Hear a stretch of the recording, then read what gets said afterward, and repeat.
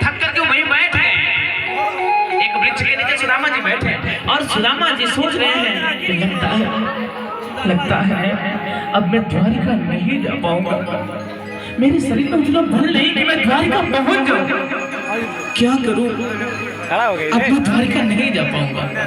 सुदामा जी एक टेबल वृक्ष के नीचे बैठ गए और वो लेट गए, उन्हें निद्रा आ गई, वो सो गए।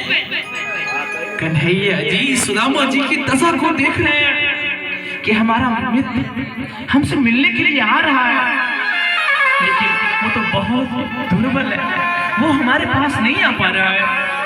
तो कन्हैया जी ने अपनी माया शक्ति से सुदामा जी को द्वारिकापुरी में पहुंचाया। सुदामा जी एक पीपल वृक्ष के नीचे सो रहे थे, जब वो सो करके उठे तो वो द्वारिका में पहुंचे।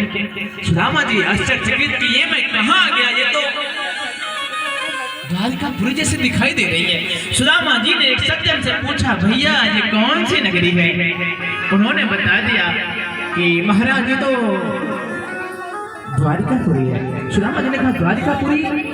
मैं द्वारिकापुरी कैसे आ गया? सुदामा जी ने कहा, अच्छा बहुत अच्छा हुआ मैं द्वारिका आ गया। सुदामा जी ने कहा, भैया ये बताओ कि यहाँ पे वो कृष्ण का महल कौन सा है?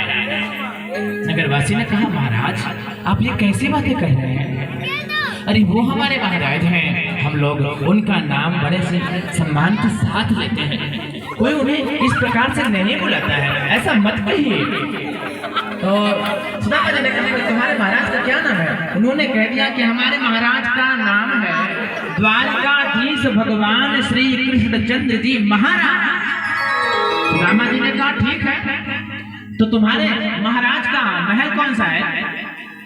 उन्होंने कह दिया कि ब्राह्मण देवता वो जो बड़ा सा महल दिखाई दे रहा है ना, वो हमारे महाराज का महल है, चले जाइए। क्या काम है? वैसे आपको हमारे महाराज से क्या काम है? तो सुदामा जी ने कह दिया कि मैं उसका मित्र हूँ, उससे मिलने के लिए आया हूँ। जब उन्होंने सुना कि ये हमारे महाराज के मित्र, अब द्वारिका से सुदामा जी का मजाक उड़ाने लगे।